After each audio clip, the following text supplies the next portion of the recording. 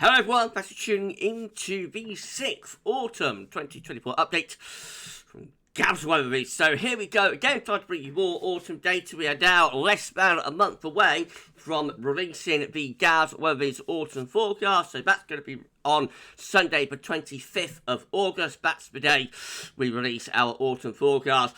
And so yeah, we bring you weekly updates, of course, for the autumn, up to update number 6. It's going to be a solar special today, and I shall get on a bit for you in a moment. Just to say that first video today was our 6 UK weather forecast, which will be live at 6 PM with potential 14 day, and we have loads of long range impacts. It is a Sunday live stream. It's going to be a CFS special today. That's to come at 6 PM this evening. I shall see you live then. Thank you so much, Richard, for our amazing autumn updates gear. Thank you so much, Richard. I love it, love it, love it. Absolutely fantastic. Thank you so much, my friend. Such vibrant colours. So much, Rich. And thank you so much to Terry Scully, for sorting out all of the years for this update. I say it's going to be a solar special, so we're looking at solar cycle matching years and autumns. Terry has picked those out for us, so thank you so much to Terry for doing that. And of course, Shrine's got the week off, but thanks to Shrine as well. Thanks so Shrine, and Shrine will be back to work next week, won't you, Shrine? For Gav. Hashtag Team Gav did a fantastic job as always. Right, well, let's have a look at solar disc on our side of this day from solarham.net. Solarham.net, I should say. Lots and lots of sunspot regions, and solar activity is therefore at moderate levels, and Solarham are saying that it's expected to stay at moderate levels for the next 3 days as well. So of course we're around solar maximum at the moment, quite close to it now, and so we do see, many days having moderate or sometimes even high levels of solar activity. So what about those solar matching years? Well, Terry's picked these out for us.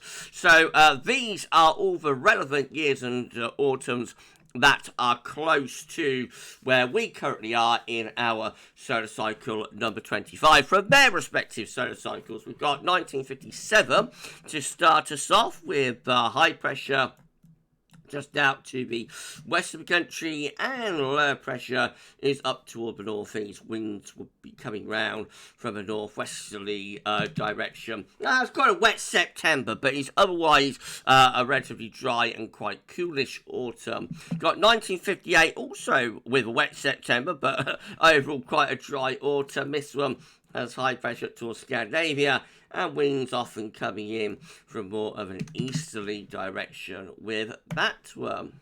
We've got the autumn of 1967 showing up next to the years that Terry has picked out for us. This one is a mild and unsettled autumn with low pressure heading in from off the Atlantic, bringing plenty of unsettled, wet and relatively mild weather with it. And then we've got the autumn of 1968 as our next solar matching autumn, with higher pressure up towards Greenland, Iceland, low pressure in the Atlantic.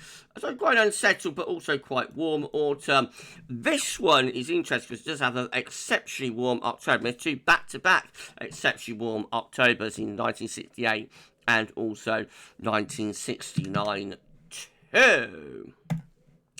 And they've got 1978. Talking of exceptionally mild autumns, this is a really mild autumn, and also very, very dry as well. High pressure dominating across much of Western Europe. Low pressure and the jet stream pushed away up to the north. So September, October, and the first half of November having loads of dry weather in the autumn of 1978. Bit of an autumn drought, I think. But it all flips, and very mild as well, but it all flips around in the last sort of week or so of November, where the heights collapse, the jet stream plunging southwards, it turns much more unsettled. It also turns much colder in the last week, 10 days of November, and that sets us up for what does become a really very cold winter with our last sub-zero CT January 1979. Talking of 1979, here's the autumn of 1979 for our next solar matching year and autumn. This one is just a mild and rather unsettled autumn. Plenty of low pressure up to the north, and high pressure is down to south, and winds coming in off the Atlantic in a westerly fashion. We go into the 80s. We've got the autumn of 1988 showing up next, with higher pressure through western parts of Europe. That's a rather cooler autumn. Well, later on it's cooler. September, just generally bit mixed, as is October 1988. But November's quite interesting because it does have a few cold snaps coming and going, and there aren't that many coldish months in the late 80s. And then we've got 1989. This is a very mild or quite warm and dry autumn, high pressure sitting over Western Europe, including the UK and Ireland. Very extended summer in 1989. It starts in May and it's still going on into September and October. One of those years, but has a very extended anticyclonic pattern. The peak of the summer, of course, is in July. We have an 18 Celsius CT July, but very extended with that particular summer in 1989. Complete reversal of that for the autumn of 2000. Check this one out. This is the year of the flooding rains. Goodness gracious, we don't want to repeat of that. Big trough of low pressure stuck over Western Europe. And the thing that makes that autumn so wet is this area of high pressure as well away to the northeast. So instead of like the low pressure and the jet stream taking the normal track, which is through here, so low pressure just zips through quite quick. What happens in this autumn, because of this blocking area of high pressure towards Svalbard, the low pressure just kind of gets stuck across the west of Europe, and it's like being stuck in a continuous spin cycle, really. Rinse, repeat, rinse, repeat, with low pressure just spinning around, and door to lows bring copious rain. It does also become very stormy later on in the autumn as well. So that's the autumn of the flooding rains in 2000. And then we've got 2001, which is a much drier autumn. High pressure is out to the west, winds coming in from the northwest. This has a cooler September. A lot of the Septembers in the 2000s are quite hot. This one's actually a bit of a cooler September, with some rain at times. Then it has a really warm October. I think October 2001 is still the warmest October on record for the CT. And then November, quite a lot cooler, with a few little cold snaps coming and going.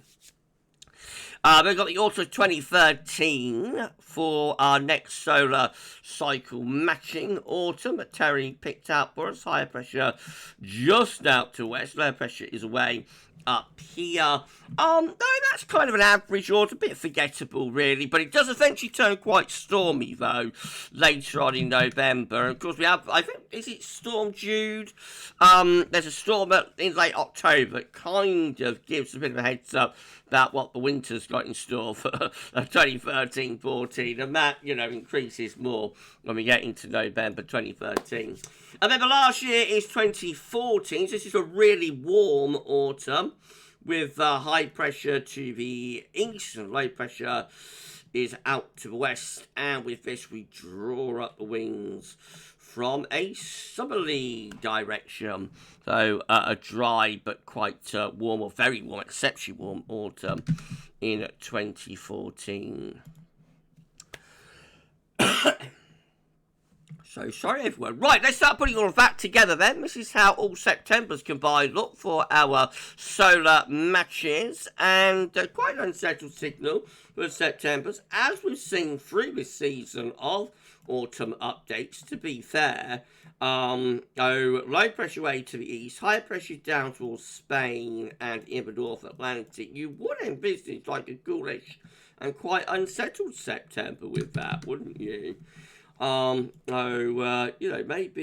quite a coolish, unsettled September there. All October's combined, low pressure is away to the northwest, a much more typical pattern around Greenland, Iceland, but high pressure sitting to our south and southeast means that we have a mild month on our hands there, and potentially drier, particularly so for the south, but could be very unsettled, of course, up to the north. But then the most settled month is actually November, when we find high pressure setting up right over the top of the UK and Ireland. So a dry dry month, very much, expected there.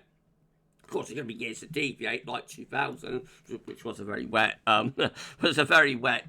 November. But on average, quite a dry signal, and potentially a bit on the cold side as well. I think about certainly a chance of a bit of a gruesome twosome. All autumns combined shows an anticyclonic signal overall. That's because of October and November. Remember, September is different. There is quite a bit of intra-month variation. So what we see here, and we have seen this a bit through this season of autumn updates, actually, is an unsettled and quite cool September, a transition to something a little bit warmer and drier, especially for south in October, and then November, the driest month, most anticyclonic month, with strong high pressure signals, might deliver some frost and thaw. We can narrow things down a little bit more and just have a look at the solar cycles that are odd numbered, with the closest polarity to the current solar cycle. So that is going to be 1957, 1958, 1978, 1979, and 2000, 2001. And we see very little difference, though, with all Septembers combined there. Low pressure still over to the east coast, high pressure still down towards Spain and up towards Iceland. Overall, an unsettled and quite cool and wettish sort of month would be expected, particularly across Northern Europe, actually. All Octobers combined, with the odd number solar cycle matching years, shows a stronger higher pressure signal from the Atlantic into Central Western Europe, the lower pressure tending to be further away from us around Greenland and Iceland, and then an anticyclonic signal for the Octobers as well, with for the Novembers, I should say, as well, with high pressure tend to be in the North Atlantic into western parts of Europe. Again, bear in mind, they're going to be years that are deviating. With back 2000 was very wet and unsettled throughout the entire autumn, from September to November. But, on average, an anticyclonic signal, strengthening anticyclonic signal, I should say, for the Octobers and the Novembers.